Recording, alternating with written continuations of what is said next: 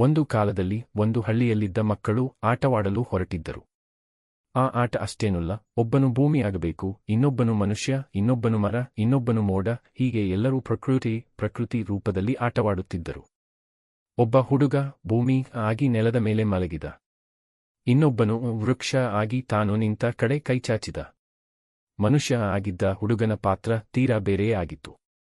ಅವನ ಪಾತ್ರ ಇವಂತಿದ್ದದು. ಮೊದಲು ಮಣ್ಣಲ್ಲಿ ನೆಟ್ಟ ಸಸಿ, ನಂತರ ಬೆಳೆದು ಮರ ಮಾಡಿಕೊಂಡು, ಕೊನೆಗೆ ಬಲೆ ಹತ್ತಿಸಿ ಕಡಿದು ಹಾಕಿದ, ಮತ್ತೆ ಹಾಳು ಮಾಡಿದ ಭೂಮಿ ಮೇಲ್ಬದಿಯದು. ಆ ಆಟ ನೋಡುತ್ತಿದ್ದ ಹೆಣ್ಣುಮಕ್ಕಳು ಕೇಳಿದ್ರು, ಇವನು ಏನು ಆಟವಾಡ್ತಾ ಇದ್ದಾನೋ? ಅವನ ಉತ್ತರ, ಇದು ಆಟ ಅಲ್ಲ, ನಾವು ನಿಜವಾಗಿ ಇಷ್ಟೇ ಮಾಡ್ತಾ ಇದ್ದೀವಿ. ಎಲ್ಲರೂ ಮೌನರಾದರು. ಆ ಆಟ ತಕ್ಷಣ ನಿಲ್ಲಿತು. ಅವರು ಮನಸ್ಸಿನಲ್ಲಿ ಒಂದು ಪ್ರಶ್ನೆ ಮಾಡಿಕೊಂಡರು. ನಾವು ಆಟವಾಡುತ್ತಿದ್ದೀವೋ ಅಥವಾ ಪ್ರಕೃತಿಯ ಜೀವನವೇ ಆಟವನ್ನಾಗಿ ಮಾಡಿದ್ದೀವೋ?